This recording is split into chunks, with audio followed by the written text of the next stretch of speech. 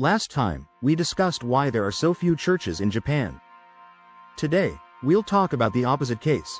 Why Christianity has such a strong presence and why churches seem to outnumber. It's fascinating how South Korea, a country deeply rooted in its traditional beliefs, has become home to one of the world's largest Christian populations.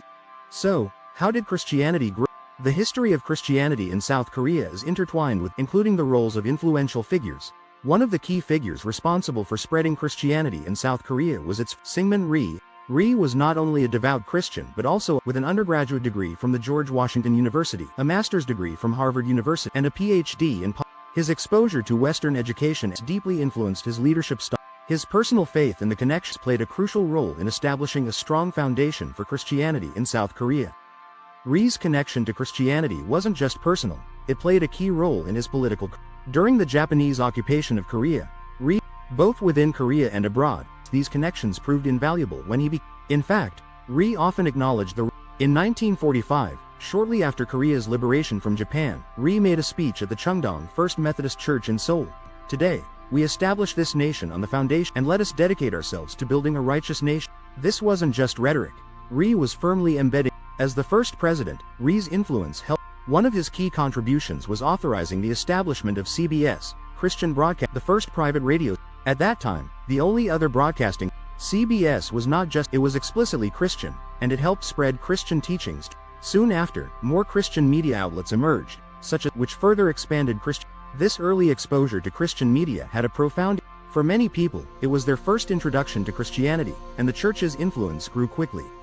Interestingly, Buddhist radio stations, for instance, didn't emerge until In 1949, South Korea took another major step in recognizing Christianity, declaring Christmas an official public holiday.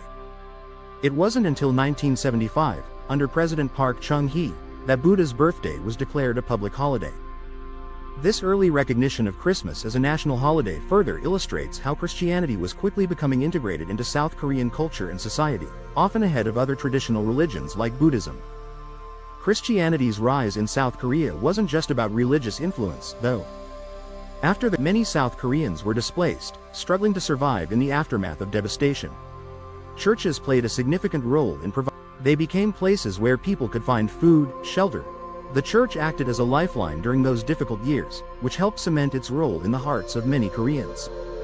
A prime example of this is Yeouido Full Gospel Church, which started by 1973. The church had grown to 18,000. It had over 700,000 members, making it the largest. This wasn't an isolated case.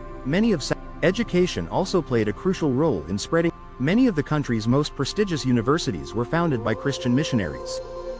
Yonsei University, Iwa and Sunsol University are just a few examples of these schools helped foster a Christian influence on South Korean society, particularly among the country's educated elite.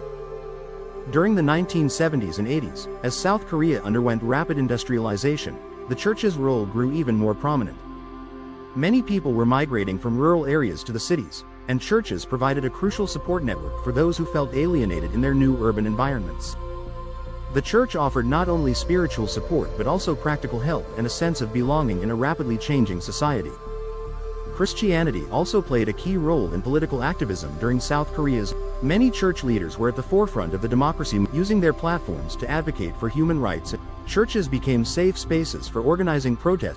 This legacy of activism is part of why Christianity is so intertwined with the idea of freedom and democracy in South Korea. The rise of Christianity in South Korea is a complex story that involves political support, educational influence, and the church's role in providing social services during times of crisis. Christianity has grown into a powerful social, political, and religious force in South Korea, with millions of followers and a global presence through its missionary. Understanding its history and influence is key to understanding. Thanks for watching.